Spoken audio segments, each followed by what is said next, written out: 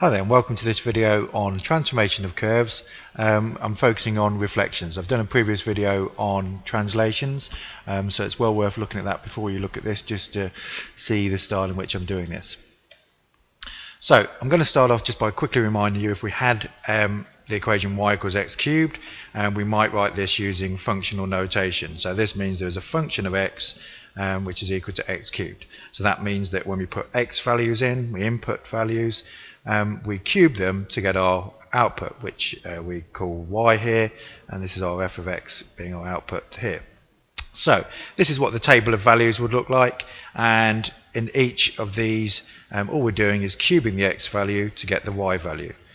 So that's if we're using that, and obviously we could call this part of the table f of x if we're using function notation.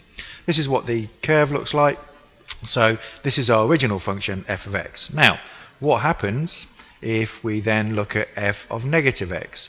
Well, if we're doing the x cubed example, then that would mean that we're taking the value of x and reversing the sign before we cube it. So that's how it looks in a number machine setup. So what this is, again, the original y equals x cubed table of values. So what we're saying is that before we put in -3 and cube it, we change the sign. So negatives become positives and positives become negatives. So if we put -3 in, then we'd change the sign because we're doing the negative of -3, which is +3, and then we cube it. So in actual fact, when we put in these negative values of x, it's going to behave in the same way as the positives did in the original curve. So if I put in -1, it will actually act in the same way that +1 did before. So it will be there because -1 will act in the same way as +1, and therefore 1 will come out. So that point is now going to be here in the equivalent function. So if I put in -2, well, it's going to act in the same way as +2 because we're going to change the sign before we cube it. So -2 is going to act in the same way that +2 did in the original function. So that point is effectively going to be here now. Now, you can already start to see a pattern maybe developing, and it's actually going to be a reflection in this axis here, the y-axis. Now, this is also true. If you try to put in 1, you'd reverse the sign to put in -1. So if I put in 1, it's going to act in the same way that -1 did before, and we get -1 coming out. If I put in 2, it's going to act in the same way that -2 did before. So -2 gave us 8, so now +2 will give us 8.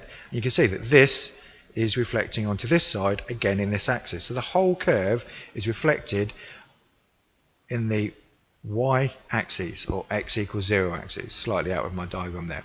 So in general, you get a reflection in the y-axis if we reverse the sign of x before we do the function. So f of -x. Right, now I'm going to look at a different f of x, and now I'm going back to x squared, which I looked at in the previous video.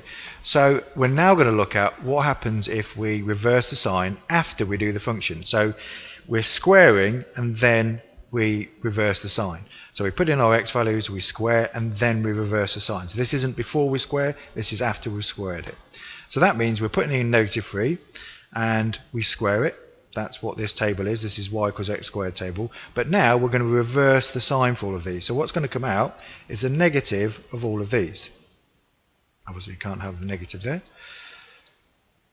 So all that means is all of these points here, the x value will still be the same, the value that we're putting in, but the values coming out won't be positive, they'll be negative. So all of this is going to be reflected along the x-axis. And obviously if we had any negative values, which we don't get with this y equals x squared, they would now be positive values. But the whole graph is going to be reflected in the x-axis. So in general, the reflection in the x-axis occurs if we do negative f of x. So that means that we're reversing the sign after we do the function. So there's two quick examples that we've talked about. Now let's look at exam question type.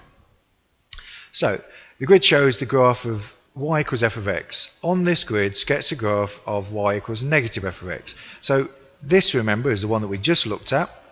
This is where we get that reflection in the x-axis. So this curve is going to be reflected in this axis here. So it can be useful to do this point by point, it might help. So at the moment we've got the point 4.2 roughly, so that's now going to be 4 minus 4.2, which is about here.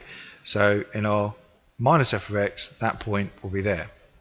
3 goes with 3, but that's now going to be 3 with minus 3, so the y value is just going to be the negative of what it was before. 2 in our original curve is about 1.5, so it's now 2 minus 1.5, and 0, 0. So that's where my new curve is going to be. And you can see the same is true on this side. So this curve here is going to be reflected along here.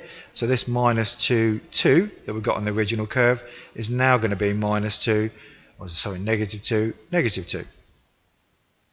So that's going there.